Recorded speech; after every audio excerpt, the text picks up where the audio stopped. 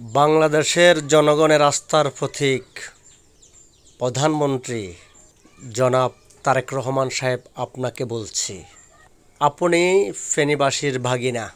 আপনার বাবা জিয়া রহমানের শ্বশুরবাড়ি ফেনী জেলায়, আপনার মায়ের বাবার বাড়ি ফেনী জেলায়। আপনার বাবা প্রেসিডেন্ট ছিলেন, আপনার মা প্রধানমন্ত্রী ছিলেন।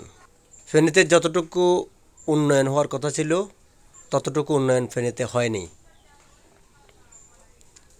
আমরা ফেনীবাসী আশা করেছি আপনি প্রধানমন্ত্রী হলে ফেনী জেলা শেখ হাসিনার গোপালগঞ্জ থেকেও অনেক উপরে উঠে যাবে উন্নয়নের মাধ্যমে।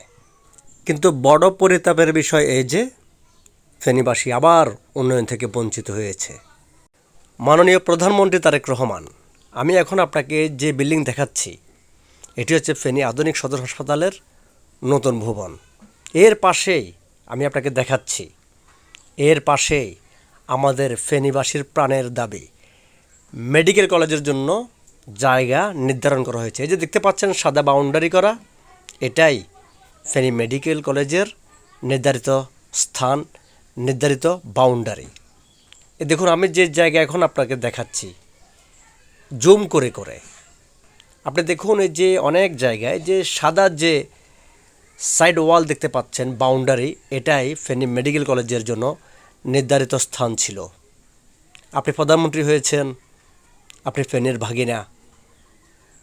আশা ছিল এই যে দেখুন এই বাউন্ডারি, এটা ফেনী মেডিকেল কলেজের জায়গা, নির্ধারিত জায়গা। এই যে পুকুর দেখছেন এটি ফেনী মেডিকেল কলেজের নির্ধারিত জায়গা। এই যে দেখতে পাচ্ছেন বাউন্ডারি কালোটা, এটাও ফেনী মেডিকেল কলেজের নির্ধারিত স্থান, নির্ধারিত জায়গা।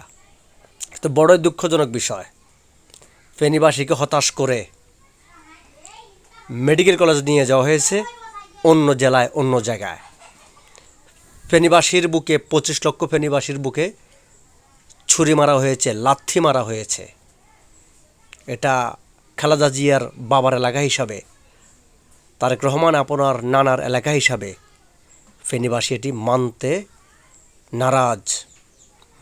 নারাজ। প্লিজ,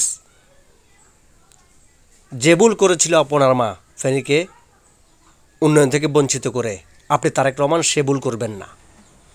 ফেনীকে শেখ গোপালগঞ্জ থেকেও আরও অনেক বড় উন্নয়নের পথে নিয়ে যাবেন, এটাই আশা করি আমরা ফেনীবাসী আপনার কাছ থেকে।